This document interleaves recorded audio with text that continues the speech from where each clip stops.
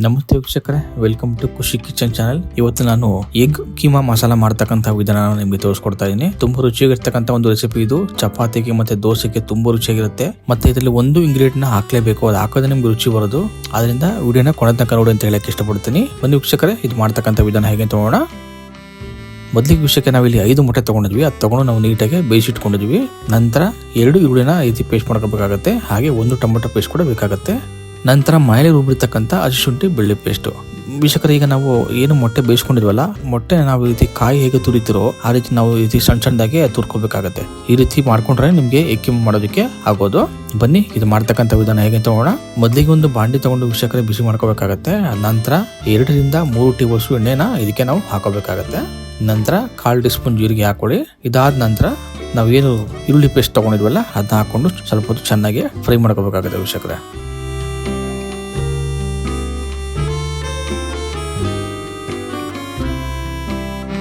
ನೋಡಿ, ಈರುಳ್ಳಿ ಫ್ರೈ ಆಗಿದೆ. ಇವಾಗ ಇದಕ್ಕೆ ನಾವು 1 ಟೇಬಲ್ ಸ್ಪೂನ್ ಅಷ್ಟು ಹಸಿ ಶುಂಠಿ ಬೆಳ್ಳುಳ್ಳಿ ಪೇಸ್ಟ್ನ ಹಾಕೊಂಡು ನಾವು ಸ್ವಲ್ಪ ಹಸಿ ಸ್ಮೆಲ್ ಹೋಗೋವರೆಗೂ ನಾವು ಇದನ್ನ ಫ್ರೈ ಮಾಡ್ಕೋಬೇಕಾಗತ್ತೆ.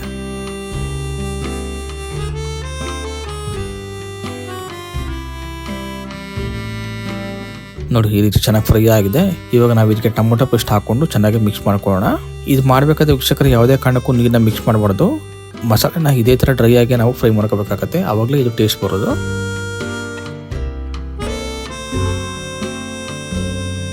ನೋಡಿ, ಈ ರೀತಿ ಫ್ರೈ ಆಗಬೇಕು. ನೋಡಿ, ಟೊಮೊಟೊ ಕೂಡ ಚೆನ್ನಾಗಿ ಹಸಿ ವಾಸನೆ ಎಲ್ಲ ಹೋಗಬೇಕು. ನೋಡಿ, ಈ ರೀತಿ ಚೆನ್ನಾಗಿ ಟೊಮೊಟೊ ಎಲ್ಲ ಬೆಂದ ಮೇಲೆ ನಾವೀಗ ಇದಕ್ಕೆ 1 ಟೀ ಸ್ಪೂನ್ ಅಷ್ಟು ಅಚ್ಚಕಾರದ ಪುಡಿ, 1 ಟೀ ಸ್ಪೂನ್ ಅಷ್ಟು ಗರಂ ಮಸಾಲ, ಹಾಗೆ 1/4 ಟೀ ಸ್ಪೂನ್ ಅರಿಶಿನ ಇಷ್ಟನ್ನು ಹಾಕೊಂಡು ನಾವು ಚೆನ್ನಾಗಿ ಮಿಕ್ಸ್ ಮಾಡ್ಕೋಬೇಕಾಗತ್ತೆ.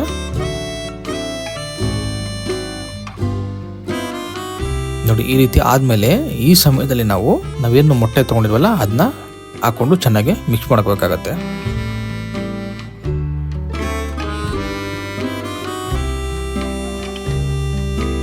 ನೋಡಿ, ಈ ರೀತಿ ಚೆನ್ನಾಗಿ ಮಿಕ್ಸ್ ಮಾಡ್ಕೋಬೇಕಾಗುತ್ತೆ ವೀಕ್ಷಕರೇ.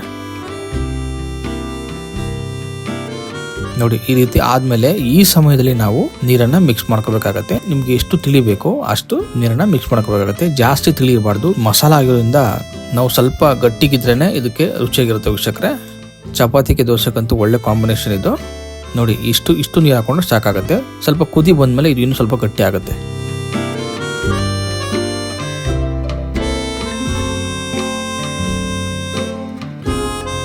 ನಂತರ ವೀಕ್ಷಕರೇ, ರುಚಿಗೆ ತಕ್ಕಷ್ಟು ಉಪ್ಪನ್ನು ಹಾಕಿ ಚೆನ್ನಾಗಿ ಮಿಕ್ಸ್ ಮಾಡ್ಕೋಬೇಕಾಗತ್ತೆ. ಮಿಕ್ಸ್ ಮಾಡ್ಕೊಂಡು ನಾವು ಚೆನ್ನಾಗಿ ಈ ರೀತಿ ಕುದಿಸ್ಕೋಬೇಕಾಗತ್ತೆ. ಈ ಸಮಯದಲ್ಲಿ ವೀಕ್ಷಕ ನಾವು ಇದಕ್ಕೆ ನಾನು ಹೇಳಿದಾಗ ಇದು ಹಾಕ್ಲೇಬೇಕು ಅಂತ ಹೇಳಿದ್ರೆ ನೋಡಿ, ಪೆಪ್ಪರ್ ಪೌಡರ್ನ ಹಾಕ್ಲೇಬೇಕಾಗತ್ತೆ. ಇದು ಹಾಕಿದ್ರೆ ನಿಮಗೆ ಇದು ರುಚಿ ಒಳ್ಳೆ ಟೇಸ್ಟ್ ಬರೋದು. ಅದರಿಂದ ಈ ಸಮಯದಲ್ಲಿ ನಾವು ಒಂದು ಅರ್ಧ ಟೀ ಸ್ಪೂನ್ ಅಷ್ಟು ಪೆಪ್ಪರ್ ಪೌಡರ್ನ ಹಾಕೊಂಡು ಚೆನ್ನಾಗಿ ಮಿಕ್ಸ್ ಮಾಡ್ಕೊಂಡ್ರೆ ತುಂಬಾ ರುಚಿಯಾಗಿರುತ್ತೆ ವೀಕ್ಷಕರೇ. ನೋಡಿ, ಈಗ ಚೆನ್ನಾಗಿ ಮಿಕ್ಸ್ ಮಾಡ್ಕೊಂಡು ಸ್ವಲ್ಪ ಕುದಿಸ್ಕೊಂಡು ಇದಕ್ಕೆ ಸ್ವಲ್ಪ ಕೊತ್ತಂಬರಿ ಸೊಪ್ಪು ಉದ್ದಿಸ್ಕೊಂಡ್ಬಿಟ್ರೆ ನೋಡಿ, ಎಗ್ ಕೀಮಾ ಮಸಾಲ ರೆಡಿ ವೀಕ್ಷಕರೇ. ಒಳ್ಳೆ ಪ್ಯಾಟಿಂಗ್ ಮಾಡ್ತಾರೋದು ಇವಾಗ.